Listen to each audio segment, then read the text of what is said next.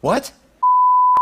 What up, nerds? Hope you guys are staying safe and keeping your hands to yourself. Honestly, I feel like I'm in my element. I've certainly been staying inside and consuming a lot of content. And to continue our brand new segment of stuff I didn't really give a shit about, but now I'm watching everything because I'm stuck inside and the world is gonna end, but whatever, let's do this. We're watching that X-Men movie that came out last year. Turns out it kinda sucks. But that wasn't surprising to me. What was surprising was that it wasn't as bad as the 23% Rotten Tomatoes rating suggests. At least in my opinion. It's hard to explain without getting into the minutiae of the X-Men franchise, because this movie is a result of... You know what? I'll let Morgan Freeman explain it. When an airline crashes, they say that it's mostly as a result of a series of mishaps. Same thing. It's not a strong film at all, but it's still not even the worst X-Men movie. I think we all know which one that is.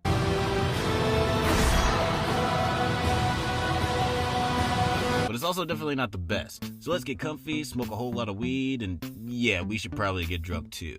Cause you can't really enjoy this movie if you're using your brain. That's right, we're talking about fucking...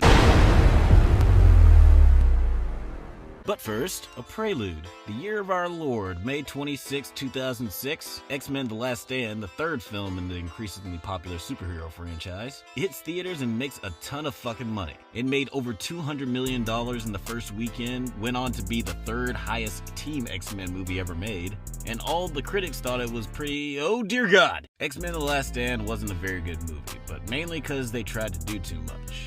The Cure storyline is actually kinda cool and well executed. The problem with X-Men The Dark Stand is the Phoenix storyline and everything around the Phoenix storyline. Jean and Scott are handled terribly. In the source material, it's very much a love story between Jean and Scott, and that's just not present here. I'm not gonna get too much into the comics in this review because the storyline is a pretty dense saga. Like, no shit, it's actually a saga. But in X-Men The Standing Men, Scott is killed off screen in the first few minutes and Jean stands behind Magneto a bunch. Like, is she the strongest being in the universe? Why does she spend the whole movie standing behind some dude? Hashtag feminism. We have no idea what Phoenix even wants the entire movie. But this was a long time ago when superhero movies weren't as good as they are now. Though they tried to tell a good story and failed, luckily the X-Men have a treasure trove of great stories to choose from, so they had some options in what kind of stories they wanted to tell going forward. Oh, what the fuck, man? I thought we already did this.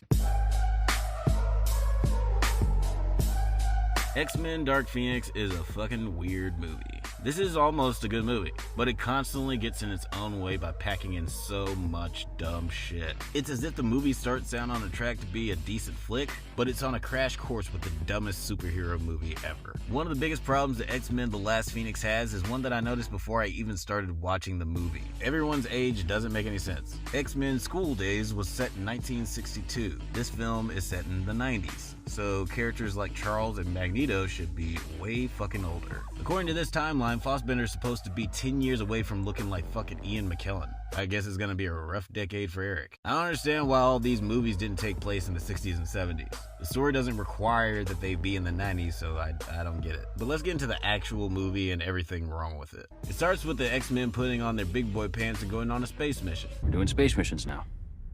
Cool. The crew has to go up to space and save some astronauts before they get eaten by the big cloud monster from the Green Lantern movie. This sequence was actually pretty fucking cool. Even though this shit makes absolutely, that won't save you in space, dude. You would still freeze and die. So the X-Men work together to save some astronauts, but wait, they forgot a guy. So Jean goes back on the ship and gets hit by the space cloud that is the Phoenix Force.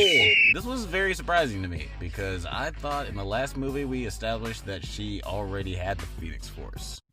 Did you not watch the last movie, dude? Comics are very weird, so there's been a few different iterations of the origins of Phoenix, but for the most part, in the comics, Jean had the Phoenix Force in her since she was a kid, and Charles blocked that part of her brain so it didn't manifest itself. During a space mission, much like the one in the movie, Jean dies saving the rest of the X-Men, except she doesn't, and the Phoenix manifests itself and saves her.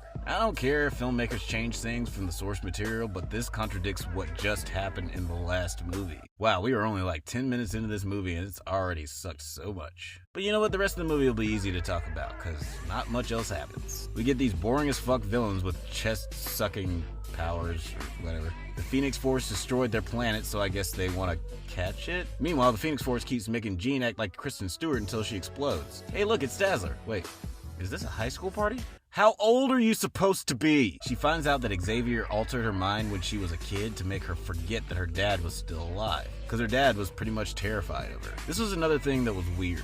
I was intrigued at first because it's kind of a dramatic reveal, but then I was like, wait, who cares? This is supposed to be a movie about the Phoenix and how that is altering Jean's personality. So why do you go out of your way to show me that she was dangerous way before she got the Phoenix Force? Again, this would have made more sense if she had the Phoenix Force as a kid. The X-Men try to calm her down, but thanks to some spectacularly bad decision making by Charles, Jean goes full Bella and kills Mystique. Congrats, J-Law.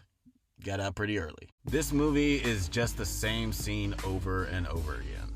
Jean gets this weird face like she's about to poop herself, she explodes, she gets sad and embarrassed like she just pooped herself, and then she flies away. Hey look, Magneto's in this movie. For no fucking reason. Later, Jean meets Jessica Chastain in a bar and they have a talk. You know, girl to girl. And Jessica explains what the Phoenix Force is and that it destroyed their homeworld. Jean just kind of wants to get rid of it, so she offers Jess to take it off her hands, but then we find out that taking the Phoenix Force out of her will probably kill her. Also, Jess wants to try to take over the world. Not sure why she wants to do this, but whatever. Maybe she's just a dick. The train sequence is pretty cool looking, but it's also dumb and unnecessary. Wait, so now we got Jean versus the X-Men versus Magneto and this guy with the cornrows versus the aliens with khakis versus the US government? Who is the fucking villain in this movie, man? So at the end, Jess tries to take Jean's powers, but it's too much power. Then they both fly up into space where Jean has a revelation. Your emotions make you weak. My emotions make me strong. This is my fight song. Then she kills Jess before exploding into the shape of a bird.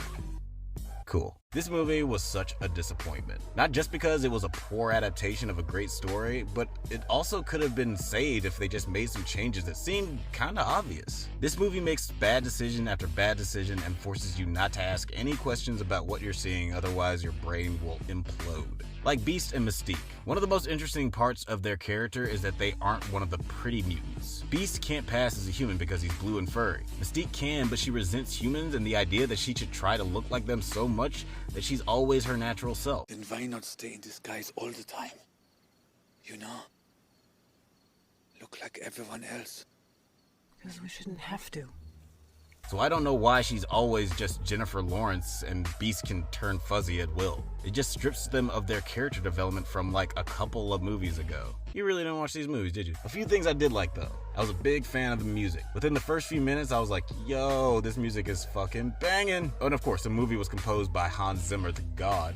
Dude knows how to set the tone of a scene. So much that at any given time, I wasn't sure if I was impressed by the action or by the music. It was probably the music. The action isn't bad or anything, it all just feels so toothless because the movie is dumb and I don't care what's happening. I also like parts of Xavier's storyline. With more comic book properties coming out that challenge the idea of old men manipulating children or broken people to fight their own battles, it was interesting to see this narrative catch up with arguably the most popular iteration of said dynamic. Xavier is an egotistical dick in this movie, and I love it. There are a lot of moments in the comic books where Xavier acts like a dick, and I really like that they decided to explore that in this movie, if only for a moment. So now that we're done with the review, I guess we need to rank these X-Men movies from worst to best, right? I mean, what kind of nerd would I be if I didn't? And this is gonna be all the X-Men movies. That includes the Deadpool and Wolverine movies. So let's start the ranking. Number 12, X-Men Origins Wolverine. This movie is hilariously bad, and I cannot believe that they actually made this fucking piece of shit. Get high as fuck and watch it if you're in for a laugh. Number 11, Apocalypse. This movie is ugly and boring and doesn't make any fucking sense. Number 10, Dark Phoenix. Shouldn't be any surprise that this one is so low down on my list. It's a fucking piece of shit. Number 9, First Class. A lot of people like this movie. I do not like this movie. It does have a bunch of cool stuff, but it also has stuff like this, and it's kind of the start of all the timeline problems. Number 8, The Last Stand. This movie is dumb as fuck, but it's mainly because of all the Phoenix stuff. Leave that shit out and it's probably a decent flick. Number 7, The Wolverine. This movie is fine. It's whatever.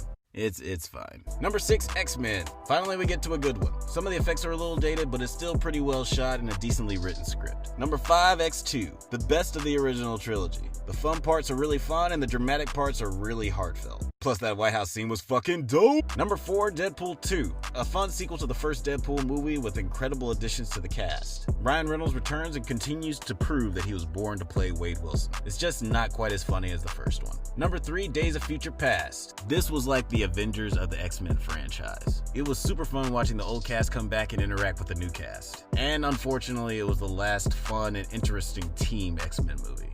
Number 2, Deadpool. After a couple of not great X-Men movies, this flick came out of nowhere and held a funhouse mirror up to the superhero genre. Number 1, Logan. It's funny, it's sad, and it looks incredible. Patrick Stewart, Hugh Jackman, and Daphne Keane are phenomenal, and this moment here always tears me up. It far and away has the best story of any of the X-Men movies, and in my opinion, is the best way to end the franchise. Alright nerds, that's it for this video. Thanks for taking the time to watch. And if you guys enjoyed the video, go ahead and leave us a like. Have a happy quarantine, you crazy kids, and may the force be with you.